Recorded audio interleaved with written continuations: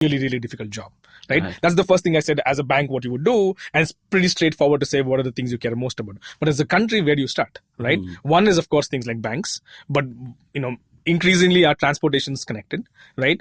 I think this year or last year, there were a couple of, times when Heathrow Airport and Gatwick Airport kind of just had to come to a standstill. Right. Yeah. You can't, if you sort of take down an air traffic control system, that's big deal. That's a big deal, right? And you could do the same thing with trains, for example, train networks, right? With all of these things being connected. So transportation becomes really important. So you have financial sector, you have transportation, and then comes energy, right? So, India, like many other developed countries, is working really hard to put all the electricity on smart grids. Smart grids allow you to be way more efficient in your usage, and there's also like an exchange between states and so on. Right? Exactly. States that buy and sell power. Power to each other, exactly, right? So now what happens is that as and when you move more towards smart grids and more towards connecting that, and in many cases, those are connected to the internet as well. Right. Now, what happens if those grids are taken down? Right. So now you spoke about finance and banking, and then you added transport to it, and now you're also adding the energy sector. Right. And maybe on top of that, telecom and communication. Absolutely, telecom and communication is the next logical step, right? In fact, I would say it's probably even more important than some things like transportation, because telecom is kind of the backbone network for a lot of our communications these days.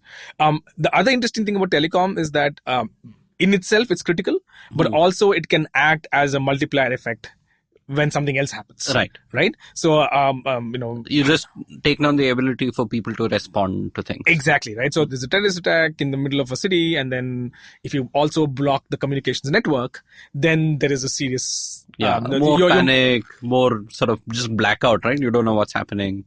Absolutely. I mean, imagine what if, say, with not 9/11, but the Mumbai attacks, you also had sort of the phone network being taken down in South Mumbai. Absolutely. Everything would have been so much harder. Exactly, right? So that kind of covers most of it, but I guess the one thing we did leave out is actually government infrastructure itself, right? So, now, at least in all these other areas, so for a bank, the bank is also taking care of the security. But having said that, if we talk about the government infrastructure, right, it could be your ministry websites, or your large data centers where there's a lot of the state machinery itself running. So that needs to be protected as well. So that's something that only the government can do, because they kind of run it, right? The state can do. So that's another area which a country has to kind of think about as well. And in India, there's a interesting public sector kind of the initiatives where you'll also have to think about some of these public sectors, right? Now, some of them, for example, if you think about Air India, it also kind of gets into the transportation area. But I think public sectors are interesting because it is run by the states, so the state has to care about it. Right. But here we are perhaps also more talking about DGCA and other things, right? So you want to ensure that there are good civil aviation standards such that air traffic control and other things can't be taken down very easily, and so on. Absolutely. Yep. So, Sandesh, here, I mean, when we say think about, if we remove cyber and just think about, say, defense, right? There's defense, there's national security and internal security and lots of things. So in that sense, it's about attack from outside the border, like by an army, by militia, by whatever, to terrorist attacks that happen within the country, all the way to crime and so on, right? So from sort of petty theft to larceny to other things.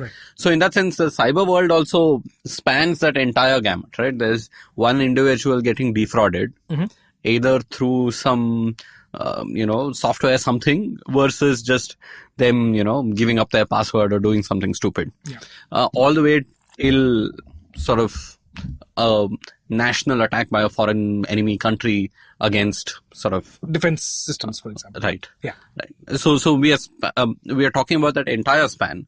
So in that, how do we start bucketing this? So there might be some things for which is sort of police and sort of cyber theft and cyber crime and so on, which is at one end. There is probably the entire private sector and other things where government has to make policy.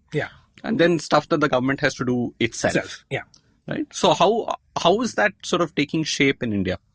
So great question, right? So I think it's best the defense angle itself is very interesting, and I think it's a national security debate on its own, and frankly something that I don't have too much exposure to. Clearly, the government has to kind of own that, and there's also the interesting angle of, hey, do we also carry out cyber